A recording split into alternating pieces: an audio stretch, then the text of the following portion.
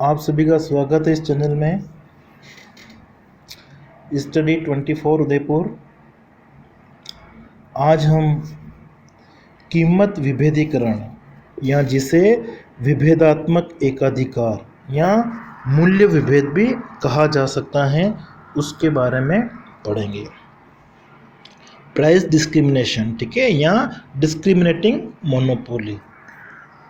अब देखिए, कीमत विभेदीकरण या विभेदात्मक एकाधिकार किसे कहते हैं कि बाजार की ऐसी स्थिति, ठीक है, जिसमें क्या होता है, जो एकाधिकारी हैं अपनी वस्तु की कीमत, एक ही वस्तु की कीमत अलग अलग क्रेताओं से अलग अलग वसूलता है, ठीक है। लेकिन ये जो स्थिति है वो कब हो सकती हैं, केवल एकाधिकार में ही हो सकती हैं, ठीक है। कीमत विभेदीकरण की जो दशा है वो कहाँ पे हो सकती हैं, बाजार कैसा होना चाहिए, एकाधिकार, ठीक है। एकाधिकार की स्थिति में एक ही वस्तु का जो मूल्य, माना कि कोई वस्तु x है, ठीक है, तो जो एकाधिकारी हैं इस वस्तु की कीमत किसी से 5 रुपये लेता है, किसी से 6 रुपये ले लेता है। मतलब एक समान वस्तु के लिए अलग अलग उपभोक्ताओं से अलग अलग कीमत वसूलने को क्या कहा जाता है, कीमत विभेदीकरण या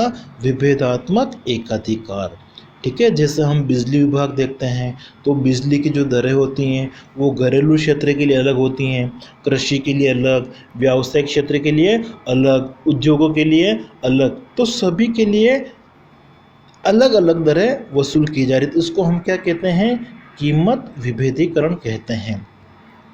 अब कीमत विभेदीकरण जो है कौन कौन से प्रकार का हो सकता है, तो सबसे पहला हमारा है व्यक्तिगत कीमत विभेदीकरण।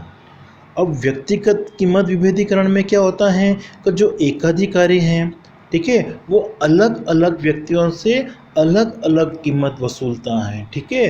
जैसा कि हम कहें कि जैसे वकील हैं, ठीक है, तो वकील क्या है, अपनी कोर्ट की जो फीस है, ठीक है, किसी से ज़्यादा ले लेता है। माना कि उसके पास में कोई अमीर व्यक्ति गया है तो उससे वो ज़्यादा ले लेता है, गरीबों से वो कम ले लेता है या उसकी माफ़ कर देता है। तो इस प्रक्रिया को हम क्या कहेंगे, व्यक्तिगत कीमत विभेद, ठीक है। व्यक्तियों के अनुसार कीमत जो है वो अलग अलग ली जाती हैं। दूसरा हमारा होता है भौगोलिक कीमत विभेद, ठीक है। जब कीमत विभेद स्थान के आधार पर होता है तो उसे हम कहते हैं भौगोलिक कीमत विभेद, ठीक है। जैसे माना कि जो उत्पादक हैं वो किसी वस्तु की घरेलू बाजार में कीमत अलग वसूल करता है और विदेशी बाजार में वो अलग कीमत वसूलता है, तो इसको हम क्या कहेंगे, भौगोलिक कीमत विभेद।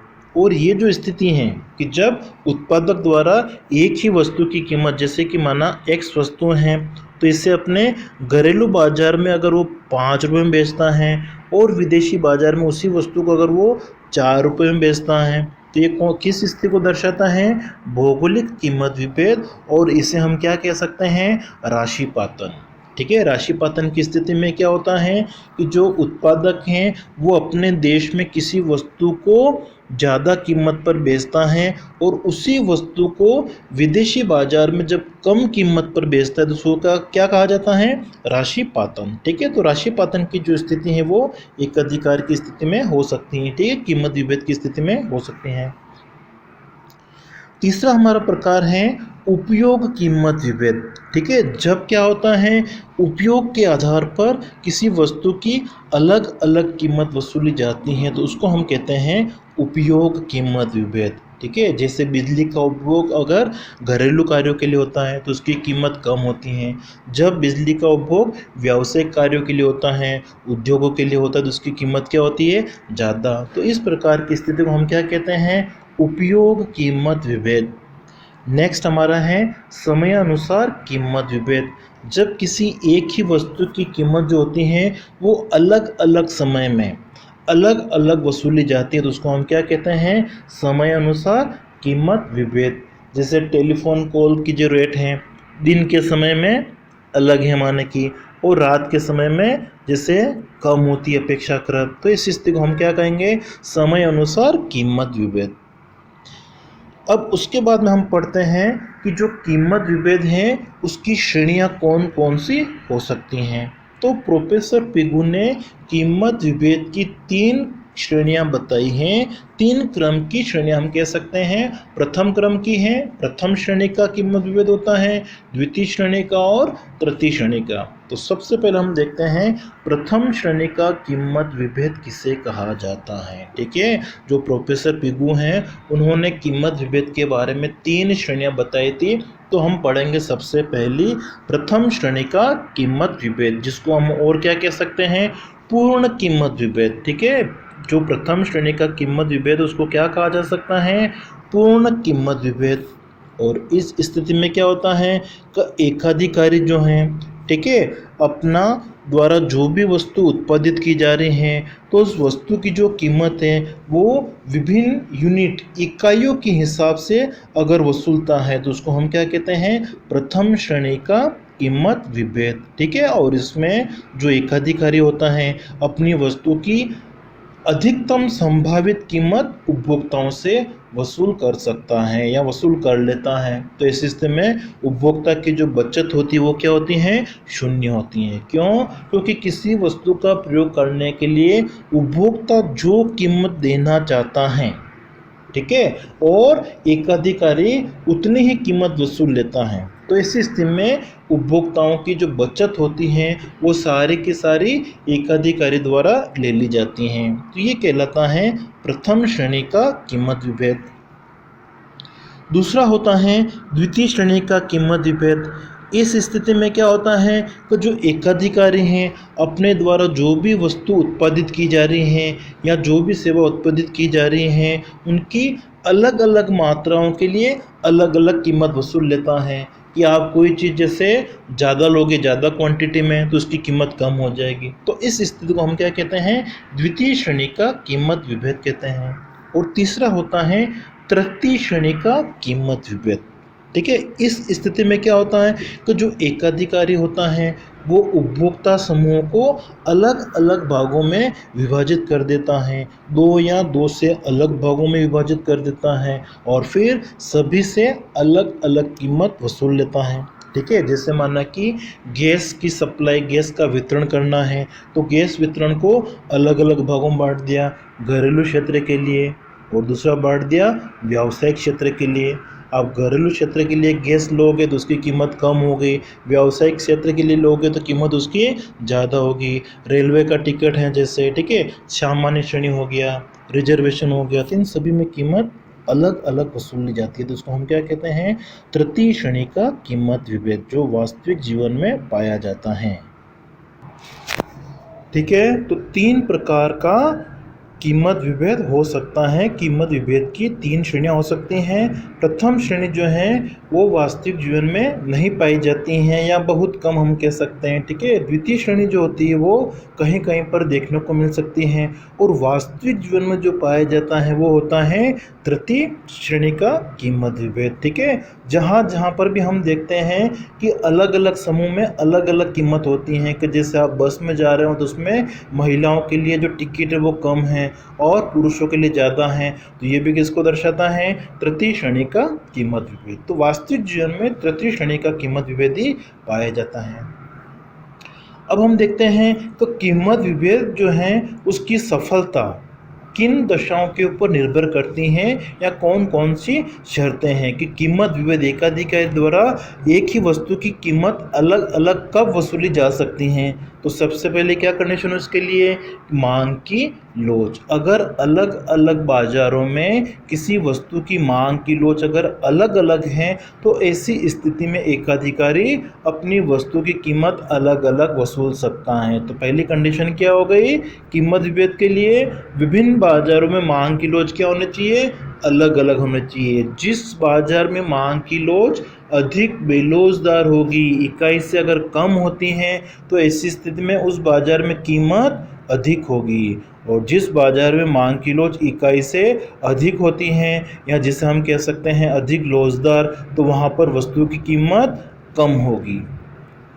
दूसरी स्थिति है वस्तु विभेद। जब एकाधिकारी अपनी वस्तु को किसी अन्य प्रकार से विभेद करके बेचने में सफल हो जाता है, तो जैसे अपनी वस्तु की जो पैकिंग है उसमें परिवर्तन कर दे। वस्तु एक सी है लेकिन इस वस्तु को दो अलग अलग रूप में पैक कर दिया उसने, ठीक है। एक अच्छा पैकिंग कर दिया, डिज़ाइनिंग हो गया, दूसरे में कम हो गया।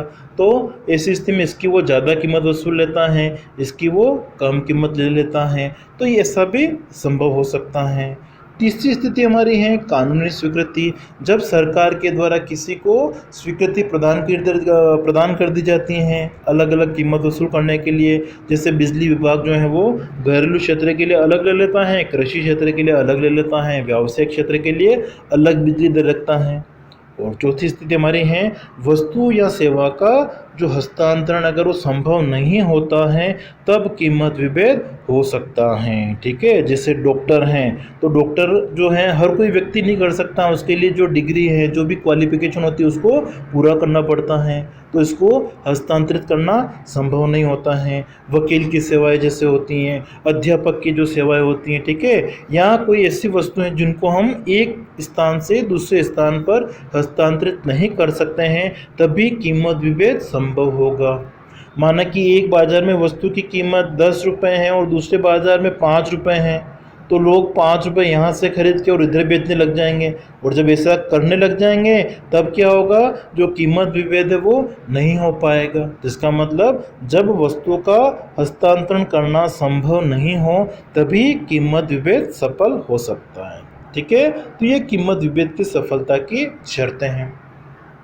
अब हम पढ़ते हैं कि कीमत विभेद में मूल्य निर्धारण किस प्रकार से होगा। मतलब कोई भी जो फर्म है वो वस्तु की कीमत कितनी रखेगी और कितनी उत्पादन मात्रा उसका विक्रय करेगी। तो कीमत विभेद में मूल्य निर्धारण के लिए पहली हमारी शर्तें हैं कि जो विभिन्न बाजार हैं उनमें सीमांत आगम बराबर होने चाहिए, ठीक है। माना कि दो बाजार हैं ए और बी, तो दोनों बाजारों में सीमांत आगम वक्र MRA और MRB दोनों क्या होने चाहिए, बराबर होने चाहिए। और दूसरी स्थिति है कि ये दोनों बाजारों के जो सीमांत आगम वक्र हैं वो किसके बराबर होने चाहिए, कुल सीमांत लागत के, दोनों बाजारों की जो सीमांत लागत है उसके बराबर होना चाहिए। जहाँ पर ये दोनों शर्तें पूरी होगी वहाँ पर कीमत विभेद में मूल्य का निर्धारण होगा, उत्पादन की मात्रा का निर्धारण होगा, या हम कह सकते हैं उत्पादन और कीमत का निर्धारण होगा। मतलब बाजार ए और बाजार बी दोनों में कीमत का स्तर कितना होगा और दोनों बाजारों में कितनी कितनी मात्रा विक्रय की जाएगी, ठीक है। अब देखिए मांग की जो लोच होती हैं, ठीक है, वो हमने कहा कि किसके ऊपर निर्भर करती हैं, कीमत निर्धारण जो होता है वो किसके ऊपर निर्भर करता है, मांग की लोच के ऊपर निर्भर करता है। जहाँ पर मांग की लोच ज़्यादा होगी, ठीक है, अधिक लोचदार होगी, तो वहाँ पर वस्तु की कीमत क्या होगी, कम। और जिस बाजार में मांग की लोच कम होती है, जिसको हम बेलोचदार कह सकते हैं, इकाई से कम कह सकते हैं, तो वहाँ वस्तु की कीमत ऊंची होगी। और ये जो संबंध है उसको हम इस सूत्र के द्वारा प्रदर्शित कर सकते हैं, AR बराबर MRE अपॉन E-1, ठीक है। या इसको हम ऐसा ले सकते हैं, जो सीमांत आगम है MR वो किसके बराबर होता है, AR into E-1 upon E, ठीक है। तो जो AR MR और मांग की लोच का जो संबंध होता है उसको हम इस दो तरीकों से प्रदर्शित कर सकते हैं। अब हम देखते हैं रेखा चित्र के माध्यम से कि फर्म के द्वारा विभिन्न बाजारों में जो वस्तुएं बेची जा रही है उनकी कीमत कितनी होगी और कितनी कितनी मात्रा का वो विक्रय करेगी, ठीक है। तो यहाँ हम उदाहरण में दो बाजार ले लेते हैं, बाजार ए और बाजार बी। बाजार ए जिसमें मांग की लोच क्या है, इकाई से कम है, ठीक है, यहाँ मांग की लोच अधिक बेलोचदार हैं। और दूसरा बाजार बी जहाँ पर मांग की लोच अधिक लोचदार हैं, इकाई से अधिक हैं। तो ये जो दो बाजार हैं, ठीक है, इनमें कितनी कितनी कीमत होगी उस वस्तु की और कितनी कितनी मात्रा का दोनों बाजारों में विक्रय किया जाएगा फर्म के द्वारा, वो हम निर्धारित करते हैं। ठीक है, तो जैसे ए बाजार हमने कहा कि मांग की जो लोच है वो बेरोजगार है, तो इस स्थिति में हमारा जो मांग वक्र है वो बेरोजगार बनेगा इस तरीके से। ठीक है, एम आर ए नाम दे दिया इसको हमने नाम दे दिया ए आर ए। इसी तरीके से बी बाजार है तो इसकी अपेक्षा अधिक लोजदार होगा, इसलिए हमने इसका स्लोप ढाल जो है थोड़ा कम रखा है। ठीक है, और तीसरी स्थिति जो हमारी इसमें फर्म की है, तो जब हम देखते हैं ओपी जो स्तर है, ठीक है, वो क्या दर्शाता है कि दोनों बाजारों में एमआर क्या है, समान है। ठीक है, हमने शर्त पढ़ी थी अभी कि दोनों बाजारों में जो सीमांत आगम है एमआर ए बाजार की बराबर होने चाहिए एमआर बी बाजार के। ठीक है, तो जैसे हमने एक ये स्तर ले लिया है, यहाँ पर दोनों बाजारों में एमआर क्या है, समान है। तो ऐसी स्थिति में हम देखते हैं कि जो ए बाजार है उसमें वस्तु की कीमत कितनी होगी, इस क्यू ए से लेकर यहाँ तक। ठीक है, यहाँ इसको हमने नाम दे दिया के, मतलब इस क्यू ए से लेकर के तक होगी, या हम कह सकते हैं ओ से लेकर पी ए तक होगी। ठीक है, ए बाजार में वस्तु की कीमत कितनी होगी, ओ से लेकर पी ए तक, और कितनी मात्रा का विक्रय किया जाएगा, ओ से लेकर क्यू ए मात्रा का। ठीक है, जबकि बाजार बी में, ठीक है, अब देखिए हमारा एम आर वक्र ये रहा है, संतुलन की स्थिति है, और इसके सामने ए आर हमारा जितना भी है वो वस्तु की कीमत होगी तो कितनी होगी, ओ से लेकर पी बी तक। ठीक है, बी बाजार में वस्तु की कीमत कितनी होगी, ओ से लेकर बी तक। ठीक है, और इस स्थिति में फर्म कितनी मात्रा का विक्रय करेगी, ओ से लेकर क्यू बी तक, बी बाजार में बेचेगी, और दोनों बाजारों का जो योग है, ठीक है, वो हम इस फर्म के द्वारा जो मात्रा बेची जा रही है वो हम देख सकते हैं। तो फर्म द्वारा ए बाजार में जो मात्रा बेची जाएगी वो कितनी होगी, ओ से लेकर क्यू ए तक। ठीक है, और बी बाजार में जो बेची जाएगी वो कितनी होगी, इस क्यू ए से लेकर क्यू तक। ठीक है, और ये दोनों जो है यहाँ से लेकर यहाँ तक वो किसको दर्शाता है, ए और बी बाजार में बेची जाने वाली मात्रा को। और यहाँ हम देखते हैं कि हमारा जो सीमांत लागत वक्र है और ये हमारा एम आर वक्र है, दोनों क्या है, बराबर ही हैं। तो ई बिंदु जो ये हमारा है वो किसको दर्शा रहा है, संतुलन की स्थिति को दर्शाता है। अब इन दोनों बाजारों में अगर हम देखते हैं तो ए बाजार में मांग की लोच कम लोचदार हैं, इकाई से कम है, या बेलोचदार कह सकते हैं, इसलिए वस्तु की कीमत क्या है इसमें, ऊंची है। ठीक है, तो ए बाजार में वस्तु की कीमत क्या होगी, बी बाजार की तुलना में ज़्यादा होगी, और बी बाजार में देखिए कितनी है, कम है। ठीक है, ए बाजार की तुलना में बी बाजार में वस्तु की कीमत क्या है, कम है, और वस्तु की कीमत कम है, इसलिए इस बाजार में वस्तु की ज़्यादा मात्रा विक्रय की जा सकती है। कितनी मात्रा विक्रय की जा सकती है, ओ से लेकर क्यू बी तक, जबकि ए बाजार में कीमत का स्तर ज़्यादा है, इसलिए कम मात्रा विक्रय जाएगी, कितनी, ओ से लेकर क्यू ए तक। ठीक है, तो इस तरीके से हम एकाधिकार या विभेदात्मक एकाधिकार में उत्पादन और कीमत का निर्धारण पढ़ सकते हैं। ठीक है, उत्पादन और कीमत का निर्धारण किसके ऊपर निर्भर करता है, मांग की लोच के ऊपर। इस बाजार में मांग की लोच कम थी इसलिए वस्तु की कीमत ज़्यादा थी, और बी बाजार में मांग की लोच अधिक थी, इकाई से अधिक थी, इसलिए वस्तु की कीमत क्या होती है, कम होती है।